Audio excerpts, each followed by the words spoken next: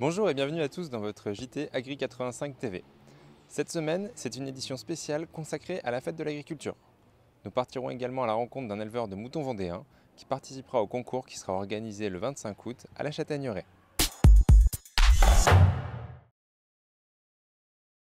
Les JA de la Châtaigneraie ont inauguré les grandes banderoles de la fête de l'agriculture. Ce rassemblement du comité d'organisation marque le top départ pour la dernière ligne droite avant l'événement fin août. Avec cette grande banderole, c'est vraiment le début de la campagne un petit peu de communication sur la fête de l'agriculture. Donc c'est vraiment c'est tout ce qui c'est de là où tout va commencer en fait pour nous.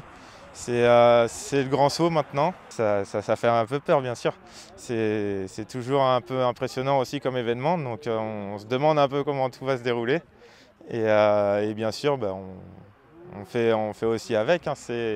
C'est des moments qui vont être ancrés aussi et qui vont être très importants pour nous tous, le comité entier. Un bocage innovant, un terroir de qualité. C'est le thème très symbolique de cette 34e fête de l'agriculture.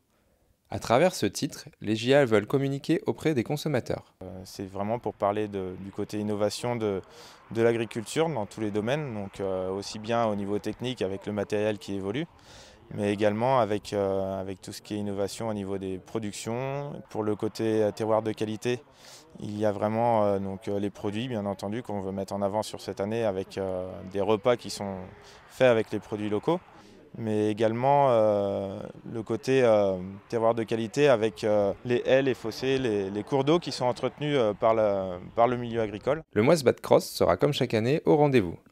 Pour assurer le spectacle le jour J, la course se prépare bien en amont. Le terrain de Moisbat Cross va être derrière cette petite colline là-bas, dans une parcelle de 5 hectares.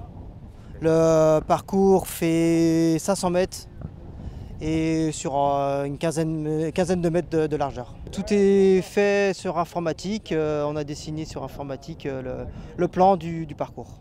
Au niveau de la sécurité, donc c'est surtout la sécurité des visiteurs. Faut respecter une distance entre le parcours et les visiteurs avec des barrières, des ganivelles. C'est surtout là le gros point sécurité. La fête de l'agriculture, c'est aussi un feu d'artifice et des concerts. Un défi logistique de taille pour les organisateurs. Pour le feu d'artifice, donc nous on a fait déjà des appels d'offres aux différents artificiers qu'on a sur la Vendée. Ensuite, il faut qu'on trouve un site pour le tir du feu d'artifice, ce qui n'est pas forcément facile à trouver. Là, on a trouvé c'est un terrain communal où ils stockent des gravats. Et il faut que ce soit à des distances de sécurité raisonnables pour ne pas impacter le reste de la fête de l'agriculture. Alors moi, j'ai fait un peu la bande son. Et donc en fait, c'est la bande son qu'on fait qui détermine le feu d'artifice, le rythme du feu d'artifice, etc. Pour organiser le concert, Alors il y a un groupe local qui s'appelle Strolad, qu'on a sollicité par des connaissances et qui était content de venir à la fête de l'agriculture. Et ensuite, c'est un autre groupe qui est assez local aussi, The Spoons, qui ont su qu'il y avait la fête de l'agriculture, qu'il y avait Strolad, ils étaient intéressés pour jouer avec Strolad, et c'est eux qui nous ont contactés. Le mouton vendéen sera à l'honneur lors de la fête de l'agriculture. Alexis Chiron élève un troupeau en sélection sur cette race à l'île d'Olonne. Il participera au concours le 25 août. C'est un concours qui nous a été proposé, je crois bien qu'on en a parlé au salon d'agriculture, au concours du mouton. Un jeune qui soignait nos bêtes, qui fait partie du canton de la Châtaigneraie, qui nous a proposé de faire le concours. Donc au début c'était un réfléchissement, puis ils se sont dit pourquoi pas. Donc on va participer à la fête de l'agriculture, donc on a essayé de mettre chacun des bêtes pour y participer. Les femelles c'est pas évident parce que c'est par l'autre 3 bêtes. Donc il faut que les 3 se ressemblent le plus possible en couleur de tête, en gabarit, en conformation. C'est pas évident, mais on y arrive. Il y a 2, ce serait trop facile, donc 3 c'est beaucoup plus dur. Les mâles sinon c'est les standards de la race, après tout dépend du jury aussi.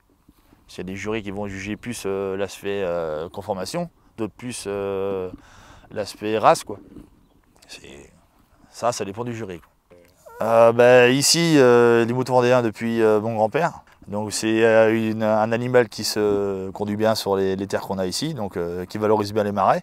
Parce qu'on ne peut pas faire de culture dans les marais, donc les brebis sont pratiques pour nettoyer les marais. Ça a une bonne qualité bouchère et maternelle. Donc ici, nous on les valorise beaucoup à l'herbe, donc on les sort de bonne heure. Comme je disais tout à l'heure, on les sort au mois d'octobre déjà à l'herbe sur les jeunes prairies.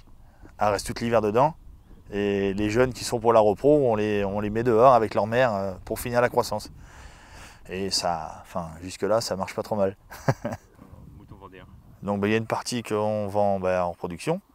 Donc les mâles qui sont vendus soit à la station de contrôle individuelle, où les meilleures bêtes de chaque élevage sont rejoints dans un même endroit, ils sont testés individuellement et après à la fin il y a une vente aux enchères, quoi. Et après les femelles sont vendues, là on commence à s'exporter un petit peu, donc soit dans le coin, soit dans toute la France. Et après on commence à aller cette année, là ils sont partis en Bulgarie. Après il y a peut-être d'autres endroits, mais rien n'est fait encore, quoi.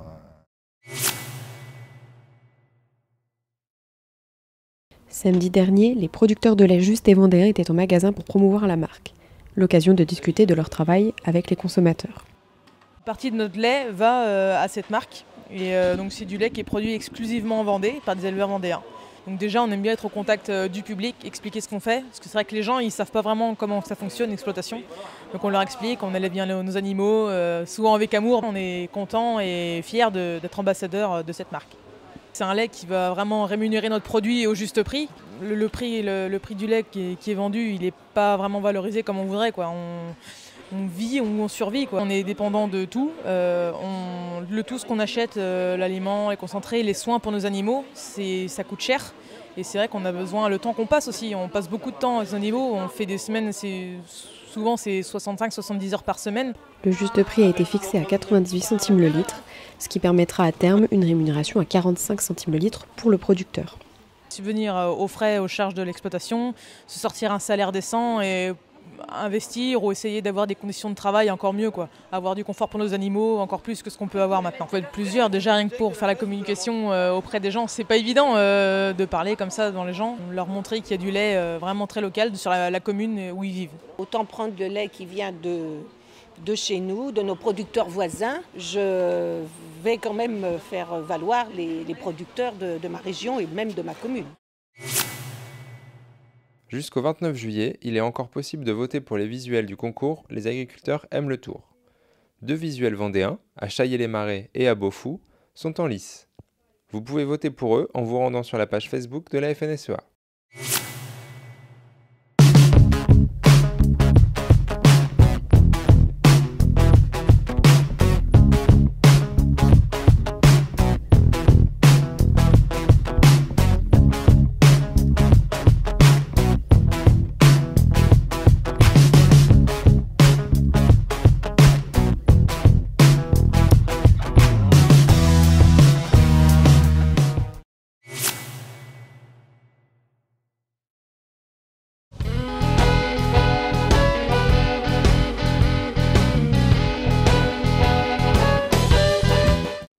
C'est la fin de votre JT. L'équipe Agri 85 TV fait une pause début août et vous donne rendez-vous pour une prochaine édition le 17 août. Bon week-end!